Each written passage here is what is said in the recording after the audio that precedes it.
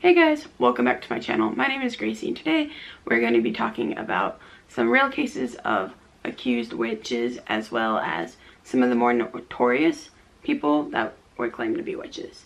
So first off, if you don't know about it, I'm just going to tell you like kind of the origins of where it started from, and then I'll read you some stories of it. So the witch hysteria really took hold in Europe during the early 1400s when many people were accused of being witches, and they ended up caving in and saying that they were, even though they probably majority of them weren't. And it is just because the torture was so bad that they knew if they confessed then it would stop.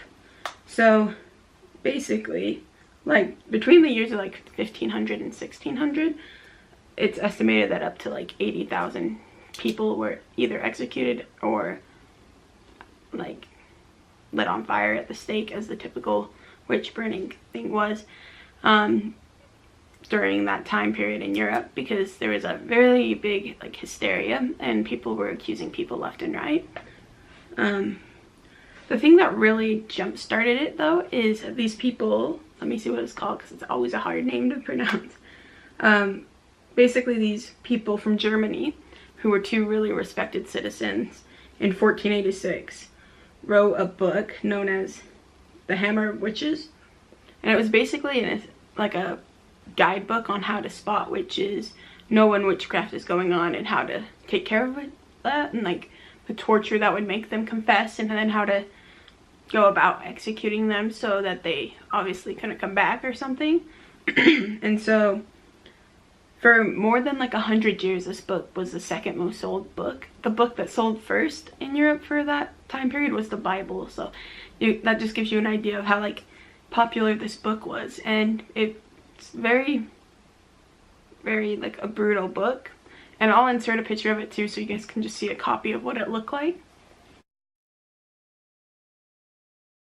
Okay, so now we're just going to talk about some of the folk lore and the legend. So basically, there's a celebration and a festival known as Samhain, which is basically the end of the harvest season celebration. So I think that was sometime around October. So the other thing is the brooms. Like they definitely had brooms, but they weren't flying around. They were using them to clean the areas before they did their potion making or anything like that. And then of course like the whole theory of like the witches being out on Halloween Eve, or you know, on Halloween, kind of sparked that too, because they may have, I read an article that said that maybe they possibly used their broom like to get across like a little creek or something, and that could have like gave the illusion that they were flying. That's kind of a dumb reason for me personally, but people back then, you know, they believed in weird things. But anyway, and then the other thing is just like the black cats, right? Because you think of witches and you think of like, oh, they're little friends and stuff. And some people believe that the witches' cats were actually reincarnated witches as animals to help them in their witch processes, I guess, of like making potions and things like that. And so that's the cats. And then the other thing that I found was like, basically, you know how like people say like, oh, like witches are ugly, they have the nose that's really pokey and like it's really ugly. Well, most likely that probably wasn't typically what would happen. And if someone was a witch, it was probably more for like the whole like pagan, and with like, I think it's pagan, or like with the Wiccan religion and stuff like that, where they're making potions and things, but it's to help heal people who are sick and stuff like that. The sick and afflicted. But some people didn't like that because medicine wasn't necessarily something that people wanted to have in their life, which is such a weird concept for me personally. So anyway, so that's that. And just, I had a few pictures in here of just some of the stereotypical witches.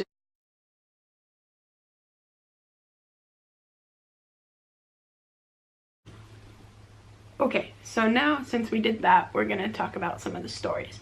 So the biggest witch hunt there ever probably was, or is at least as far as I know, is the Salem witch trials. So I'm just gonna read the story really quick of what happened to give you guys some insight on it. So the Salem witch trials. So Samuel Parrish, who was a minister, His daughter Betty and his niece Abigail Williams came down with a mysterious illness late in 1691 that caused them to have strange seizures or fits. The doctors at that time couldn't pinpoint what was wrong with the girls, largely because of their limited knowledge. These ill-advised doctors decided that since they couldn't determine what was wrong, the girls must have been bewitched. Having any association or link to witchcraft at the time in the history was a really big deal, and as soon as it was thought that the girls had some sort of an evil spell upon them, the accusations began to fly. The unfortunate and most obvious culprits were some of the least able to defend themselves.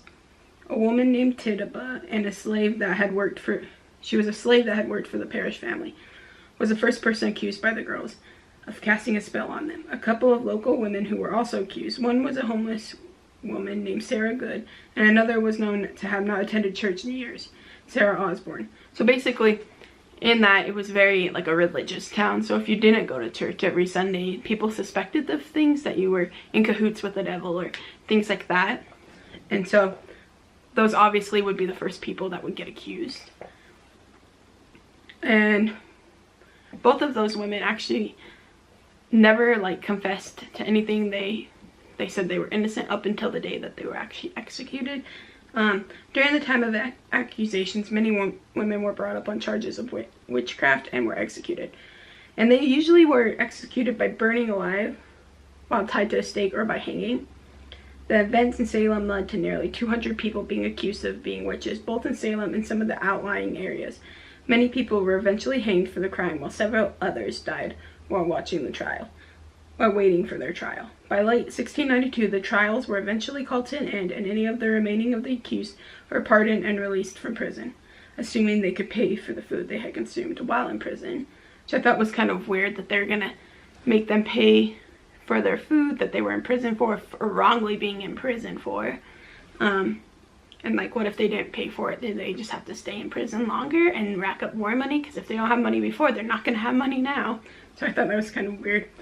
And even though the trials ended, the idea of maintaining religious control over the general population through scare tactics was far from over. And it's gone on. I mean, it's a major thing. You can go over there, they have their memorial and stuff. There's another person named Giles Corey who was there too, and he was actually a guy, because when you think Salem witch trials, you mostly think of just like women getting accused, but there was guys too. And Giles Corey, he basically was pressed to death because I think if I remember the story right, he wouldn't confess to being a witch, so every time they asked him, they just add more stones and things until he finally got pressed to death. The other story, also I'll put a picture in of Salem witch trials, and then, or a painting, I guess. The other one is that I thought was really interesting. This is probably my favorite story on this list, is Mother Shipton. So basically, Mother Shipton was a feared and highly regarded English philosopher of the 16th century. Born to a mother who was also suspected to be a witch, Mother Shipton was described as a hideously ugly and disfigured, and so much so that the locals called her Hag Face and believed her father to be the devil. And that's a pretty like bold claim to make towards somebody, that like their dad is the devil. Like that's pretty, it's pretty bad. And just because she wasn't the prettiest. And despite her unfortunate appearance, she was said to have been England's greatest clairvoyant, and was often compared to her male counterpart, Nostradamus. According to legend, she had predicted the Spanish Armada, the Great Plague of London, and the Great Fire of London, the execution of Mary, Queen of Scots. And she has a quote that I found that I thought was really interesting, and it says, "Around the world thoughts shall fly in the twinkle of an eye." And some people actually suspect that that was her predicting the internet. So that was kind of interesting, because I almost think she's like more probably got it than some of the other philosophers and people that claim to. So thankfully though, for her sake, she did not die by the sword like so many accused witches before and after her. Instead, she died a normal death and is said to be buried on unholy ground on the outer edge of York around 1561. And so I think with her, it was probably more of a, people suspected, but there maybe wasn't as much of a, like, oh yeah, we have to execute her or anything, which I think is weird, like, because if she was claiming to go around like having prophecies and stuff, like back in that time, like it was very like you would die if you did, because people didn't like the idea of there being people who could actually like predict the future. They thought that, you know, it's only people in the churches or other religious things.